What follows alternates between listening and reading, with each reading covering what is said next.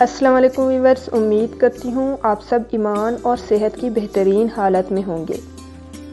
کہتے ہیں کہ استاد گھنے درخت کی طرح ہوتا ہے، ایک لمبے سفر میں تھوڑی دیر کے لیے ٹھنڈی اور میٹھی چھاؤں کا ذریعہ ہوتا ہے، اور ان چھاؤں کا اثر ایک شاگرد پر لمبے عرصے تک رہتا ہے، جو اس کی کامیابی، خوشی، عزت اور پرسکون زندگی کی وجہ بھی بنتا ہے۔ مگر شرط یہ ہے کہ شاگرد بھی سچے دل سے علم کا طالب ہو۔ تو ویورز، ایک ایسے ہی استاد اور شاگرد کی کہانی آپ سے شیئر کروں گی، جس سے یقیناً آپ بھی بہت کچھ اچھا اور مثبت سیکھیں گے۔ مگر اس سے پہلے جو ویورز چینل پر نئے آئے ہیں وہ چینل کو لائک، شیئر اور سبسکرائب کر دیں اور نوٹیفیکیشن بیل بٹن کو دبا دیں۔ تو کہانی کچھ یوں ہے کہ ایک دفعہ معمول کے مطابق کلاس ہو رہی تھی۔ استاد کلاس میں پڑھا رہا تھا۔ یورپ کے ایجوکیشنل سسٹم کا ایک اصول ہے کہ ہر کلاس کے درمیان 15 منٹ کا بریک ہوا کرتا ہے۔ تو جب استاد کلاس میں پڑھا رہا تھا تو کلاس بریک شروع ہوئی، مگر اس سے پہلے ایک اسٹوڈنٹ نے اٹھ کر استاد کو بتایا کہ اس کی واچ یعنی گھڑی چوری ہو گئی ہے، جو کہ بہت قیمتی اور مہنگی تھی۔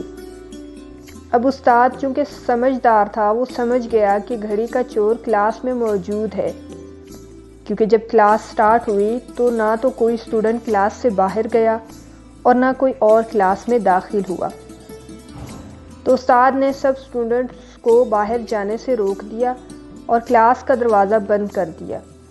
چونکہ گھڑی کا چور کلاس میں موجود تھا اور جس اسٹوڈنٹ نے وہ گھڑی چوری کی تھی وہ بہت ہی زیادہ خوفزدہ ہو گیا، کیونکہ ویسٹرن کلچر میں چور کی بہت انسلٹ کی جاتی ہے اور سزا بھی بہت سخت دی جاتی ہے۔ اب چونکہ اس اسٹوڈنٹ کو پتہ تھا اب تو وہ نہیں بچے گا اور اس کی چوری بھی پکڑی جائے گی، تو وہ دل ہی دل میں خودکشی کرنے کا سوچ رہا تھا، کیونکہ اسے پتا تھا کہ چوری پکڑی جانے کے بعد اس کی زندگی بہت مشکل ہو جائے گی اور اسے اسکول سے بھی نکال دیا جائے گا اور اس کا فیوچر پورے کا پورا تباہ و برباد ہو جائے گا۔ ابھی وہ یہی سوچ ہی رہا تھا کہ استاد نے کچھ کالی پٹیاں الماری سے نکالی اور سب اسٹوڈنٹس کی آنکھ پر باندھ دی۔ اس طرح کرنے کے بعد استاد نے سب اسٹوڈنٹس کی جیبیں چیک کی اور جس اسٹوڈنٹ کی جیب میں گھڑی ملی، یعنی جس نے چوری کی تھی، اس کی جیب سے گھڑی نکال کر خاموشی سے اس بچے کی جیب میں ڈال دی جس کی وہ گھڑی تھی۔ اب وہ اسٹوڈنٹ جس نے وہ گھڑی چوری کی تھی استاد کی اس رحم دلی سے بہت خوش ہوا اور اس نے دل ہی دل میں پکا فیصلہ کر لیا کہ اب وہ کبھی چوری نہیں کرے گا اور ہمیشہ محنت کر کے پڑھائی کرے گا۔ اس طرح ایک استاد کی عقل مندی سے مالک کو اس کی گھڑی بھی مل گئی اور بچے یعنی اسٹوڈنٹ کی عزت نفس کو بھی ٹھیس نہیں پہنچی، جس کی وجہ سے اسٹوڈنٹ مثبت سوچنے لگا۔ اب وقت گزرتا گیا اور اسی مثبت سوچ کی وجہ سے وہ طالب علم زندگی میں بہت آگے تک گیا۔ اس نے بہت زیادہ پڑھائی کی اور پھر ایک بہت بڑا بزنس مین بن گیا۔ پھر ایک دن ایسا ہوا کہ اسی اسکول میں ایک بڑا فنکشن تھا اور وہ اسٹوڈنٹ اس فنکشن میں as a chief guest invited تھا۔ جب وہ اس فنکشن میں اس اسکول میں گیا تو سب سے پہلے اپنے استاد کے پاس گیا اور اس کے قدموں میں گر گیا اور کہا کہ مجھے معاف کر دو۔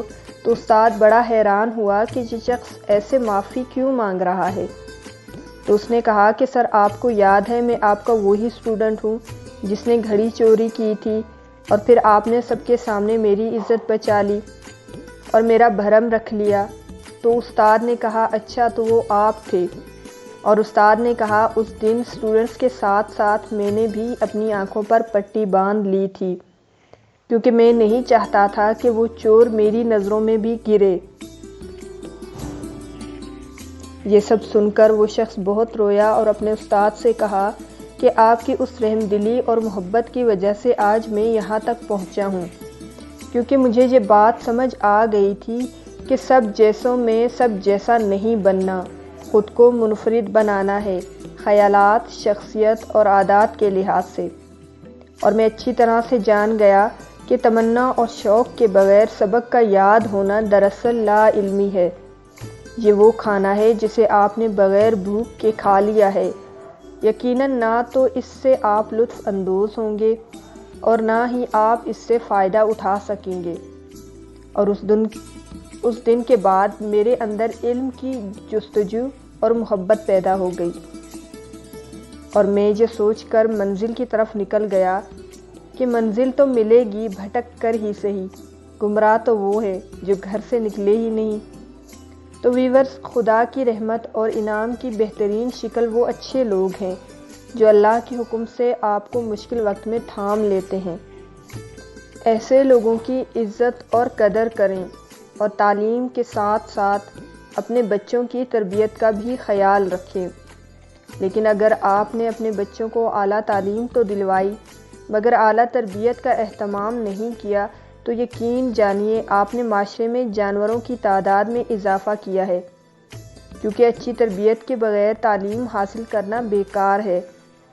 بات کو مختصر کروں گی کہ ہر طوفان آپ کی زندگی کو تباہ کرنے کے لیے نہیں آتا، کچھ طوفان آپ کے راستے صاف کرنے کے لیے آتے ہیں، مگر شرط یہ ہے کہ آپ کی سوچ مثبت ہونی چاہیے۔ ویورز، چینل کو لائک، شیئر اور سبسکرائب کر دیں اور بیل بٹن کو دبانا نہ بھولیں۔ خوش رہیں اور خوشیاں بانٹیں۔